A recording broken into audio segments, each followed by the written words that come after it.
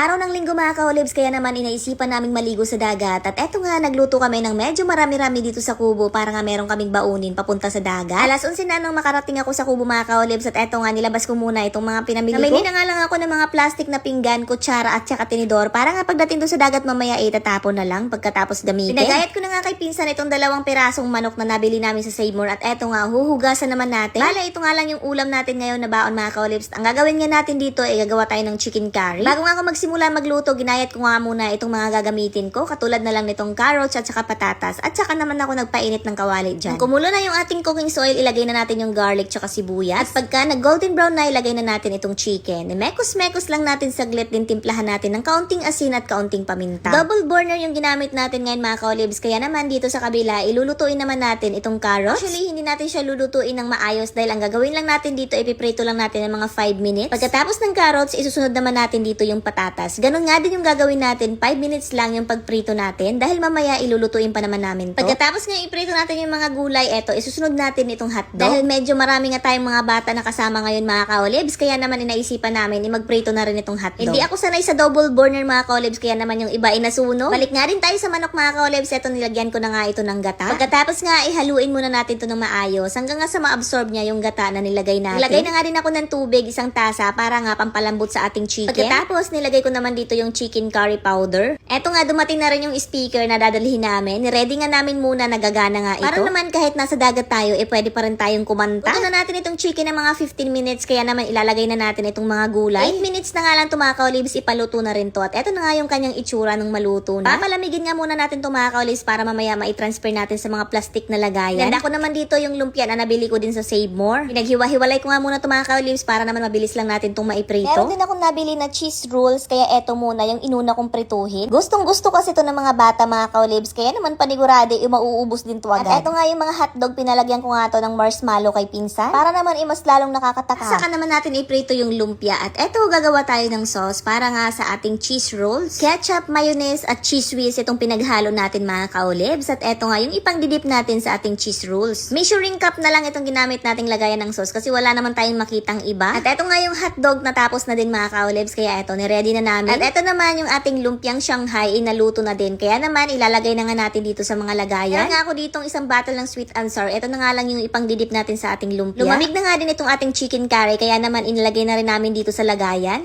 At pagkatapos ngayon, magigisa tayo dito ng garlic tsaka onion. Dahil lang kasunod nating lulutuin, isutanghon. At ipang sasahog natin mga ka-olives etong pork. Paghahaluin ko nga lang to hanggang nga sa lumabas yung masarap na aroma niya. At pagkatapos, pwede na nating ilagay dito yung asweti powder. Tutunawin lang natin to din paghalo na natin lahat. At pagka nahalo na ng mabuti mga ka-olives, pwede na natin ilagay itong mga gulay. Mekos nga lang natin to hanggang sa makombine yung mga ingredients na nilagay natin. Then lalagyan ko pa nga ito ng maraming oyster sauce. Maglalagay din pala tayo dito ng toyo at itong cubes. Then saka natin imekos-mekos ulit. At pagkatapos, ilalagay natin to ng mga 2 tasang tubig. Kung kumulo na, ilagay na natin itong sutanghon. Bali si housemate nga lang yung pinagalaw ko nito mga ka-olives kasi nga sa mga oras na ito ay ako kanta ng kanta. Abay, tinitisting ko nga kung gaano kaganda yung mic na dadalhin namin. At nung maluto na eto na nga yung kanyang naging itsura, ay talaga naman nakakatakam ng kumain. Pero kailangan natin magantay hanggang makapunta tayo ng dagat. Umay na kasi kami sa pansit mga ka-olives, kaya naman isutanghon naman yung naisipan naming lutuin. Takot ako magluto na to mga ka-olives kasi nga madalas inalalata, kaya si housemate nga lang yung pinaluto ko neto at ang perfect ng pagkaluto niya. Sakto alas 2 na nga ng hapon kami nung matapos magluto mga ka-olives, kaya naman eto nga, naghahanda na kami para makaalis. Sasakto lang to mga ka-olives na alas 3 kami makakarating doon kasi nga babiyahe pa kami ng mga 30 minutes or 40 minutes. Bali, dadayo nga tayo ngayon mga ka-olives sa ibang dagat naman. Actually, meron naman kaming dagat na malapit sa amin, pero gusto namin meron namang cottage. So kasi sa dinayo naming dagat mga ka-olives, medyo safe dito sa mga bata dahil hindi masyado maalon. Try na din namin kasi dito mga ka-olives at hindi rin masyado malalim. Eto nga, pagkadating namin dito mga ka-olives, nag-request pa nga itong mga bata ng ice cream. Abay, akalain mo yun, meron pa palang nagtitinda ng ice cream dito. Tapos namin magpili ng cottage, eto, dinala na nga din namin yung mga pagkain. Eto na nga yung mga bata dito tuwang-tuwa dahil nakakita na naman ng dagat. Sakto nga mga ka-olives, nakarating na kami dito ng alas 3. Tamang-tama lang to mga ka-olives para hindi naman masyadong mainit pag maliligo yung mga bata. Hindi na nga namin yung mga dala namang pagkain para nga makakain nga muna kami kami bago maligo. Siyempre nagdala din kami ng mga prutas para in case na kumulang yung pagkain natin, meron pa tayong mga prutas. Buti na lang talaga yung nakadala kami ng kutsilyo mga ka-olibs, kundi hindi talaga to magagalaw ng mga prutas. Pagkatapos nga namin magbalat ng prutas, eto nga niready na namin yung mga pagkain at eto nga lang yung mga dala namin. Konti lang to pero sakto lang to sa amin. Ito yung ating lumpia at ito rin yung ating hotdog na merong marshmallow. At ito naman yung ating chicken curry at sutanghon. Yung amoy pa lang talaga ng sutanghon ang aakit na. Siyempre meron din tayong mga prutas dito. So ito na nga mga ka-olibs, nagsimula na nga din kami kumain muna bago nga maligo yung mga bata. Kung nga maalala mga ka-olibs kung napakain ko nga to ng lunch kasi sobrang busy namin. Halos lahat nga kami hindi pa nakakain ng lunch at eto na nga lang yung pinaka-lunch namin. Halos alas 3 na ng hapon. Hindi lang ako.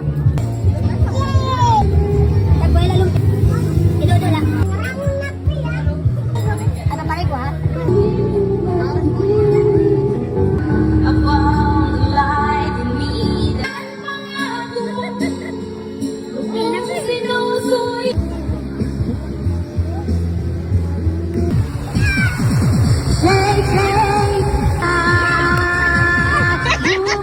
Pagkatapos nga namin kumain mga ka-olibs, dumiretso na nga agad kami dito sa dagat para nga maligo. Sobrang tuwan-tuwa nga yung mga bata mga ka-olibs. Akala mo talaga yung nakalabas pa lang sa bahay. Etong isang anak ko pa nga may patambling-tambling pang nalalaman. Ganda talaga pag linggo mga ka-olibs, magbanding talaga buong pamilya. Huwag puro trabaho, syempre dapat meron din tayong family time. Tingnan nyo naman tong anak ko, talagang tuwang-tuwa dito sa dagat. Akala mo talaga yung ngayon nang nakalangoy eh.